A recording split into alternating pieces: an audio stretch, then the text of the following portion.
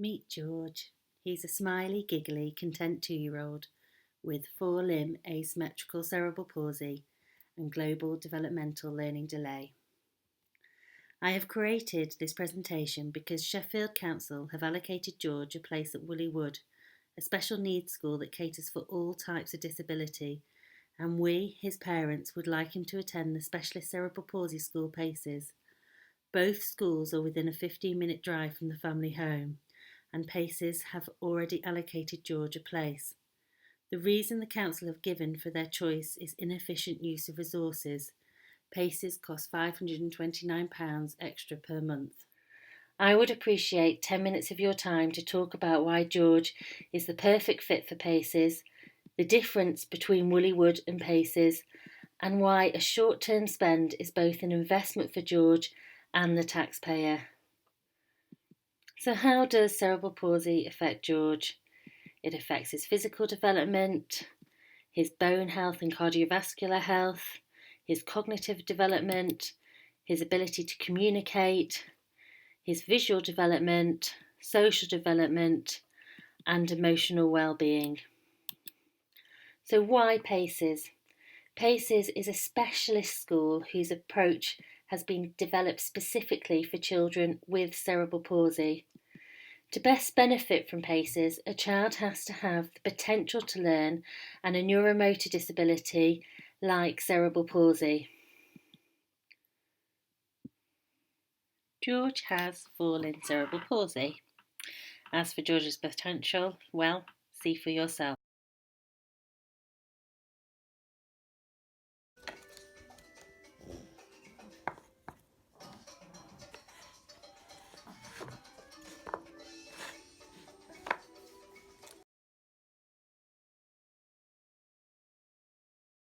Go.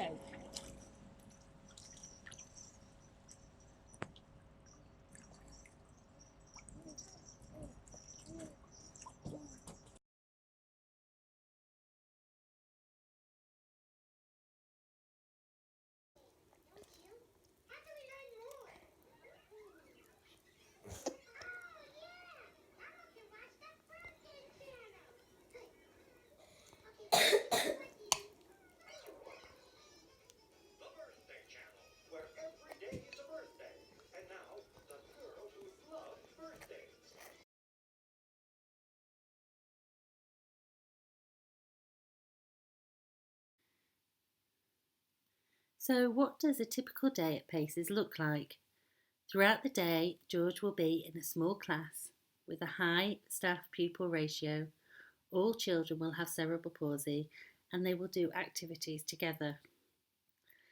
In the morning, George will take part in a physical programme using play-based motivation to complete tasks in lying, sitting and standing positions.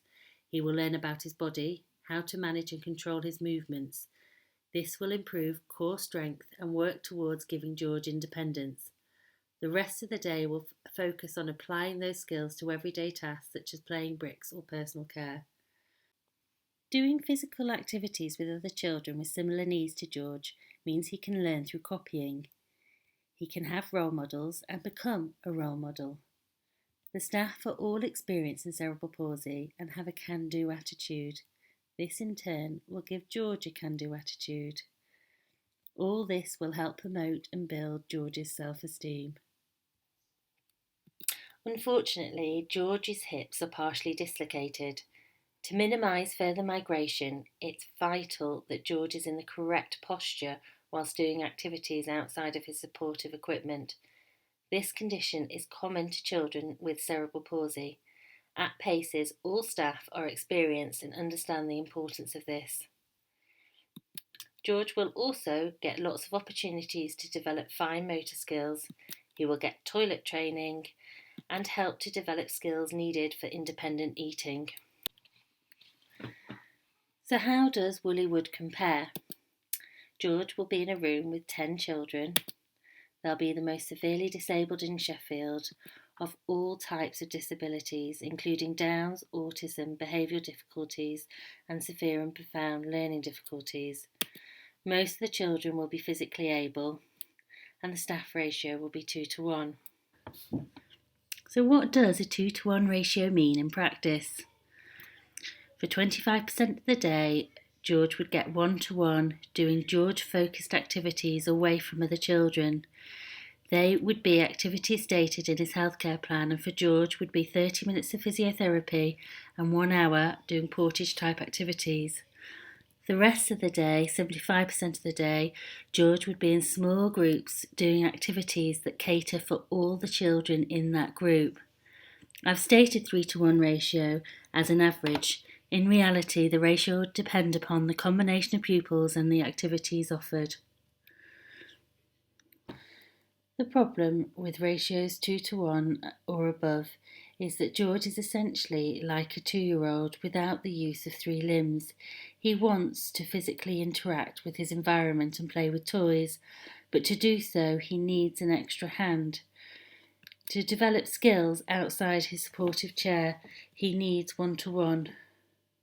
The problem with the 2-to-1 ratio is that because George needs 1-to-1 to physically interact with his environment or to be out of his supportive chair, he will effectively spend on average 3 hours per day strapped to a chair, unable to physically interact with his environment, looking on. I've created a table to illustrate the key differences between the two schools.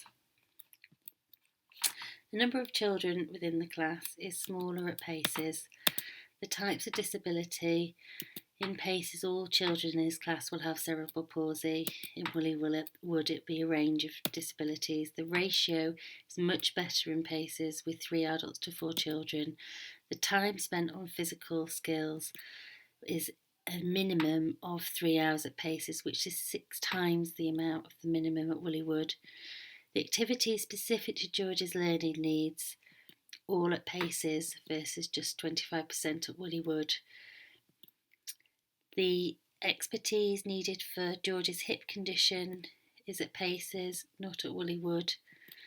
And because at Paces he will do physical skills alongside other children, he will have role models and he will also be able to learn through copying. Toilet training is automatic at Paces, it's not at Woollywood.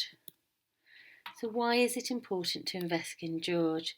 This is a graph that shows the relationship between function and age in cerebral palsy. Children can only gain function up until the age of about 10. The aim after is to maintain function.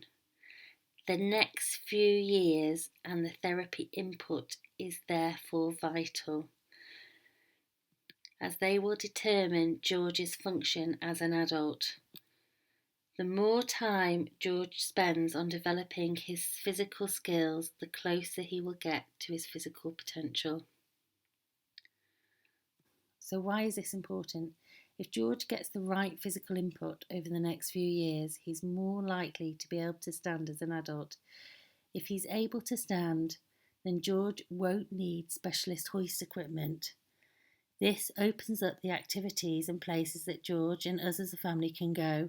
It would mean that George can use the toilet. We as a family could go on holidays that don't need specialist hoist equipment. It will make George's world bigger and more enriching. In the long term, we as already older parents can look after him for longer. And if he does need an extra care, he would only need 1 carer, not 2. This in turn would save the taxpayer tens, if not hundreds of thousands of pounds. So, to summarise, if George goes to Paces, he will get a lot more physical input. The ratio of staff to pupil is better. He gets the right expertise needed to prevent further hip damage. All the activities at Paces are specific to George's needs, and he's more likely to come close to reaching his potential. If he goes to Woollywood, he'll get a lot less physical input. The ratio is worse. They don't have the expertise needed to protect his hips. And 75% of the activities are designed to cater for all the children of different types of disability. And our view as George's parents is he's very unlikely to come close to reaching his potential. Thank you very much for your time.